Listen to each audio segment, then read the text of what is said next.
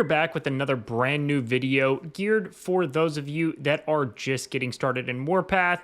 You're having to learn a lot, and there is absolutely a lot to learn in Warpath, so I am going to try to simplify and clear up some unit development stuff in this video.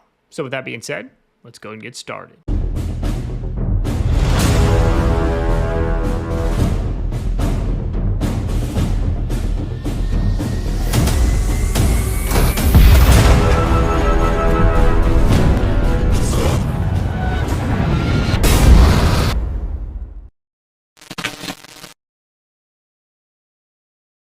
Welcome back, guys. I hope everybody is doing well. We're going to be talking about unit development in this video and how you should best go about investing in and leveling up your units to get the most amount of success in battles in Warpath from the very beginning. You guys know I don't like to waste time, so let's go ahead and jump in and get started. So when it comes to unit development, there is a lot of temptation to try to level up all of your units in the early game. You've got up to 5 ground force units you can deploy at any single time. You've got up to 3 air force and up to 3 navy units that you can have in your base garrisoned or out in the field in combat at any given time. Now, when it comes to Warpath, especially in the early game, and I've been playing this game, guys, for over 4 years now, so my units are all developed, so I can use them all. But it's taken me a very long time to get there, and you will eventually get there, assuming that you stick with the game too. But when it comes to Warpath in the early game, and this is something that I had to learn years ago myself the hard way, more doesn't always equal better when it comes to combat in Warpath.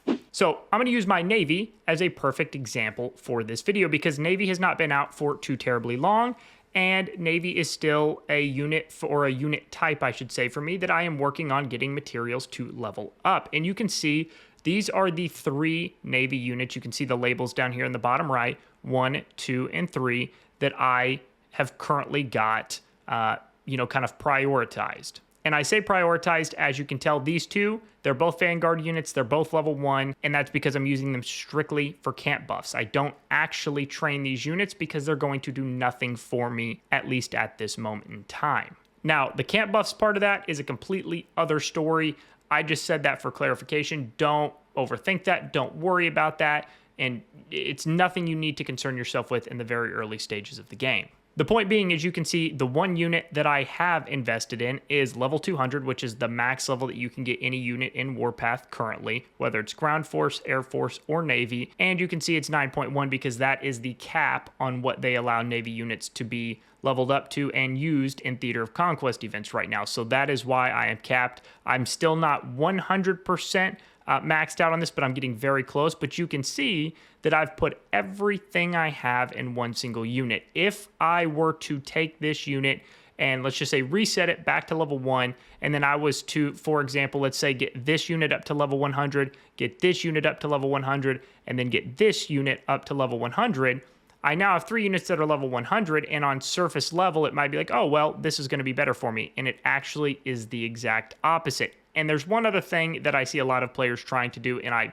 understand why, because a lot of times the top alliance, the top couple of alliances in your server have power requirements, so you want to try to get to that power so you can be in those active alliances. I fully understand, but trying to level up multiple units just to create what I consider like fake power is not very beneficial long term. I understand the reasoning behind it, but if you want to actually have success in combat in Warpath, don't take that approach. Or if you do take it just to kind of give your all-time power a quick boost and then just reset it and then reinvest just into one unit, that would be a fine approach, but just be very mindful, again, whether it's ground force, air force, or navy, not to spread your stuff out, because having 3 level 100 units would cost me a ton of reserves, and it would get me very few, if any, kills facing 1 fully juiced up, leveled up unit.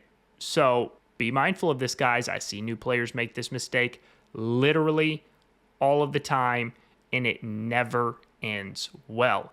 Pick a unit. It does not matter what unit. Whatever unit you want to invest in is the unit that you need to prioritize. Now, that said, ground force is going to have its own materials and items needed to level up units. Air Force is going to have its own items and materials needed, as well as Navy will have its own items and materials needed.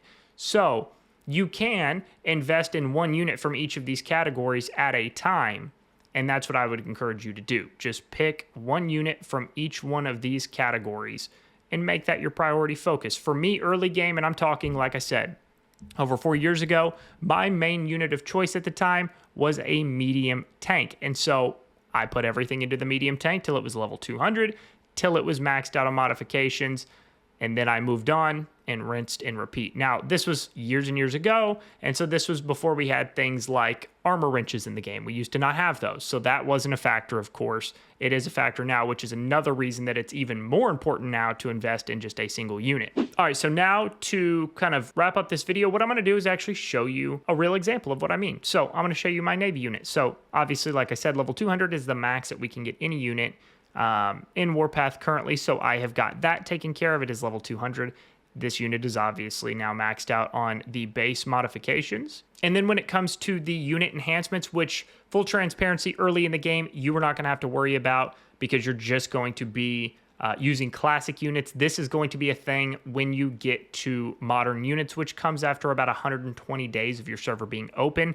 That's when this is going to become a thing. But even when you do unlock modern units, this kind of rule that we're talking about today is still absolutely going to be applicable, and you can see it here in real time. So you've got these 4 categories, and this is going to be the same for any unit. You've got 1 firepower here, 1 firepower here, with of course some damage benefits as well. Or I guess this was HP, sorry. So you got a firepower here, and then HP and HP here. So however you want to do it, if you want to just go straight down the line, that's fine. If you want to get the HP up first, that's fine. If you want to go the firepower first, that's fine. However you want to go about it is completely up to you, as long as you are going to stay on this unit until it is 100% maxed. That said, that's going to wrap us up for this video. I wanted to keep it short, sweet, and very direct so you guys have, hopefully no confusion with this. It makes it super clean, super concise, and then you can invest and focus your time on learning other aspects of the game.